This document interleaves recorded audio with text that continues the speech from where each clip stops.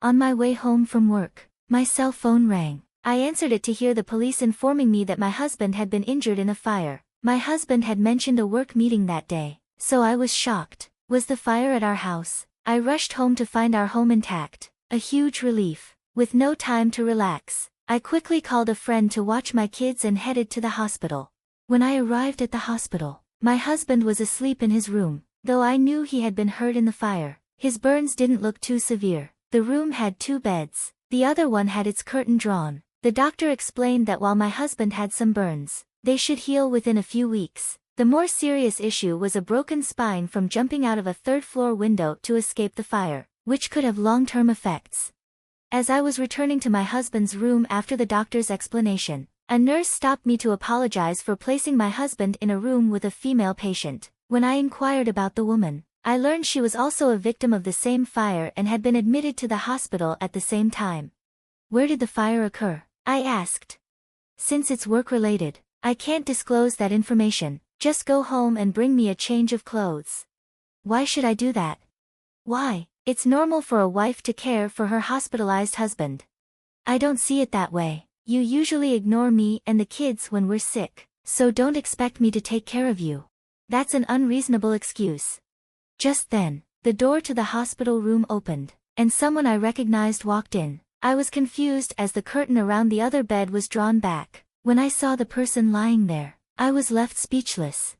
My name is Amy. I'm 30 years old and have a family of 4, my husband and our 2 sons, ages 3 and 5. I've been working at the company I joined when I was 22. My husband used to work in IT but quit about a year ago, claiming he wanted to adapt to a more modern work style. He made this decision without consulting me, leading to a heated argument. He insisted that freelancing would increase our income, despite my concerns about not discussing it with the family. After quitting, he began working from home, but things quickly went downhill. He started sleeping in until noon and spent late nights gaming in his office. Whenever I asked about his work, he would say, "I have a duty of confidentiality, so I can't discuss it," and never provided a clear answer. Initially, my husband's income was $2,000 a month, but it steadily dropped. Over the past 6 months, it had dwindled to around $500 a month. Despite being home all the time, he didn't contribute to housework or childcare. When the kids caught a cold,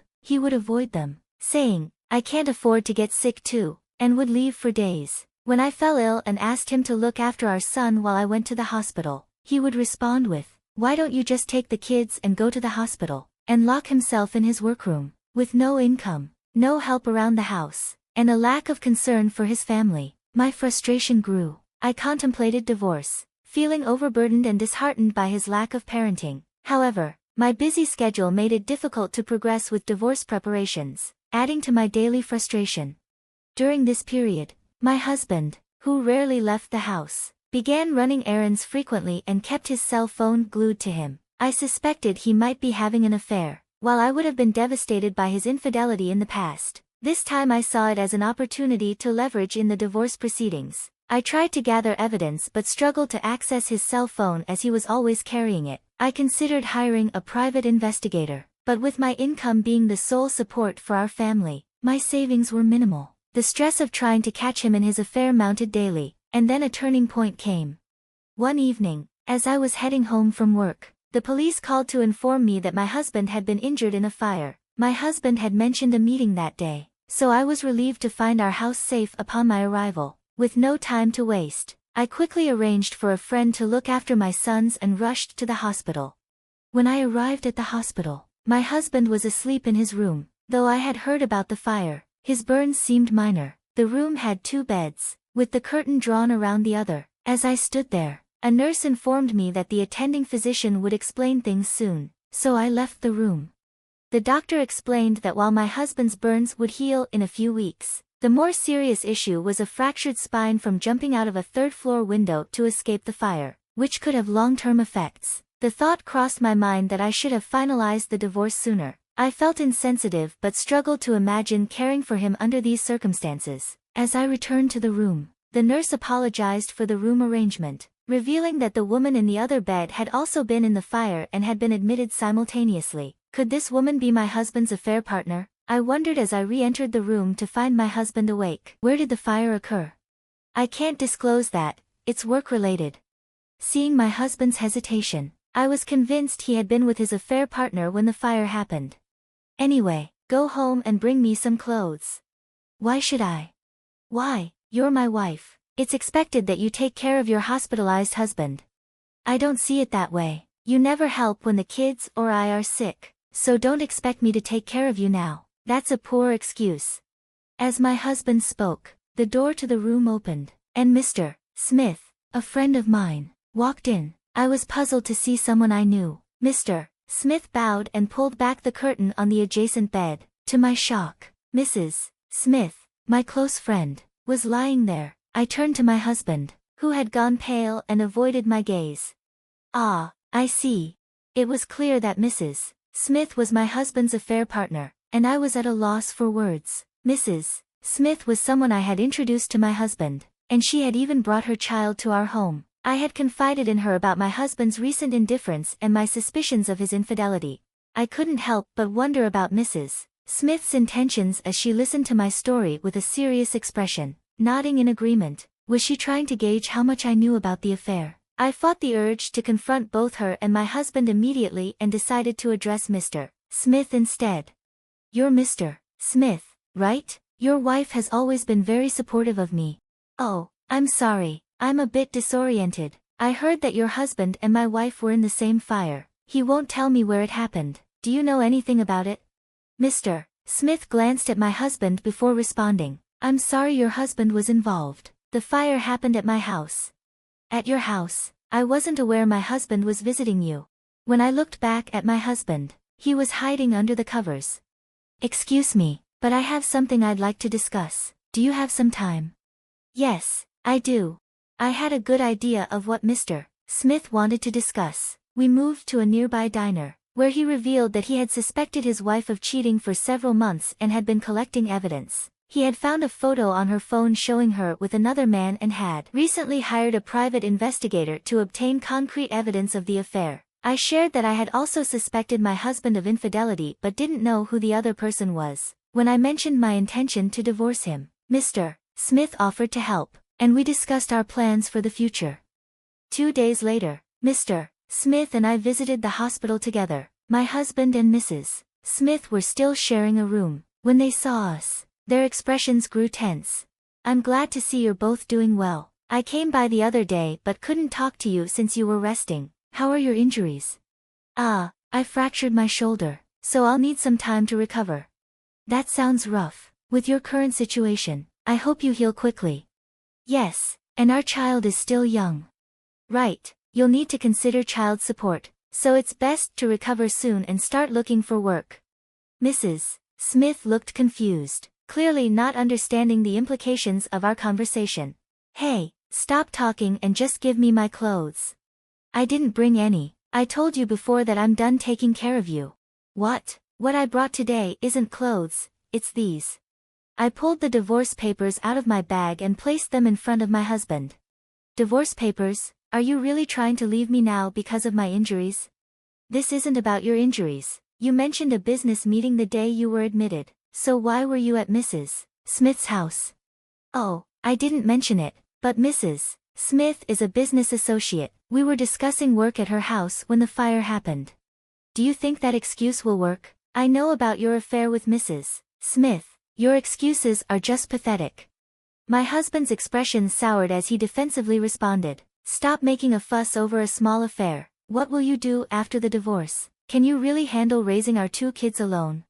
Of course I can. I've been managing them on my own for quite some time. You've barely taken care of them. I've only played with them occasionally, and neighborhood fathers are more involved than you. Well, managing on just one income will be challenging. We've relied on 2 incomes until now. Do you want our kids to live in hardship? It'll be fine. Without your expenses, our lives might actually improve. But you're leaving me while I'm injured. If people find out you abandoned a husband needing rehab, it'll damage your reputation. It would be better to finalize the divorce after I've recovered, since you tend to give up on things halfway through. I can't wait until you're fully recovered. You have your lover to look after, don't you? At this, my husband glanced at Mrs. Smith and seemed to reluctantly accept the situation. If you insist, Fine, I don't need you anymore, a coward who serves divorce papers to an injured person. I'll divorce you now. Hand over the papers. As he reached for the papers, I pulled them out of reach. Not so fast. What do you mean? You want a divorce, don't you? We haven't discussed alimony or child support. You're trying to avoid paying for hospital bills and rehab. Oh, right. Well, you'd better start your rehab quickly and earn money to pay alimony. You don't have any savings, do you? Excuse me, no savings. Mrs. Smith looked surprised by my words, and my husband shot me a serious glare. You said you had 4-digit savings. You claimed freelancing was profitable. I meant I could easily save 4 digits, but I'm spending it as soon as it comes in. I can save up money quickly, though. My husband tried to make excuses, despite his current income being only about $500 a month. I stayed quiet, not wanting to argue further. With the divorce agreed upon, I outlined our next steps to my husband and Mrs. Smith. I mentioned that we had selected a lawyer to handle the compensation for the affair and that they would receive a certified letter from the lawyer soon. Then, we left the hospital room. When I returned home, I began preparing for the move. While my husband was still in the hospital, I visited the friend who had taken care of our children the day he was rushed to the emergency room, bringing her a box of chocolates as a thank you. I informed her that my husband was stable after the fire at Mrs. Smith's house and was not in any immediate danger. I also shared that I planned to divorce him and move due to his infidelity. Although I didn't explicitly mention Mrs. Smith as his affair partner, my friend seemed to grasp the situation. I had intended to make it clear, and given that several people were already aware of the fire's connection to my husband, the news would likely spread regardless. As we had planned, I consulted a lawyer about the divorce, but we faced challenges in settling on the compensation and child support amounts. Initially, my husband boasted, "I'm a freelancer, so I can work from bed even if I'm injured. I might even earn over $100,000 a year. Even if I become rich, I won't take you back." I had hoped his arrogance would lead him to pay the required compensation and child support, but his unrealistic income expectations quickly crumbled. He became increasingly reluctant to pay, asking for extensions and reductions, and eventually called me directly to plead his case. $20,000 in compensation is excessive. My infidelity is partly because you were always too busy. Isn't $5,000 more reasonable? It's not that I can't make money. My clients stopped hiring me because I missed a deadline by a few days. It's not my fault. I can't pay the full amount. If you really want the money, talk to those clients. I told him firmly, discuss it with the lawyer, and hung up. Subsequently, I had the lawyer inform my husband that if negotiations dragged on, we would proceed with mediation. My husband agreed to our terms, and from there, everything proceeded smoothly. We received a lump sum payment for compensation and child support, and the divorce was finalized. The Smiths also divorced, with Mr. Smith gaining custody of their children. During the affair, Mrs. Smith had left their eldest son, who was 10, to care for his younger siblings while she went out. After moving closer to my parents, I heard from a friend that my ex-husband and Mrs. Smith had remarried. They continued to live in the house where the fire occurred. My ex-husband, now using a cane, and Mrs. Smith, with her perpetually disheveled hair and gloomy demeanor, looked like an elderly couple despite being in their 30s. My ex-husband had accumulated over $100,000 in debt due to alimony and child support, while Mrs. Smith, a stay-at-home mom, was also responsible for child support for all 3 children. Together, they were burdened with significant debt. I didn't feel sorry for them, especially since I had reduced the amount I initially claimed in exchange for a lump sum payment. I knew my ex-husband continued to blame others for his troubles, just as he always had. I felt a sense of relief finally being free of him, though I felt some guilt over how suddenly my sons had been separated from their father and friends. Initially, my sons were disoriented in our new environment, but they quickly made friends with the neighborhood kids and began enjoying their weekends. My parents visit regularly, spending time with my sons and giving me some much-needed personal time. Since my husband left, I have more time, money, and peace of mind, allowing me to give my sons even more love and attention than before.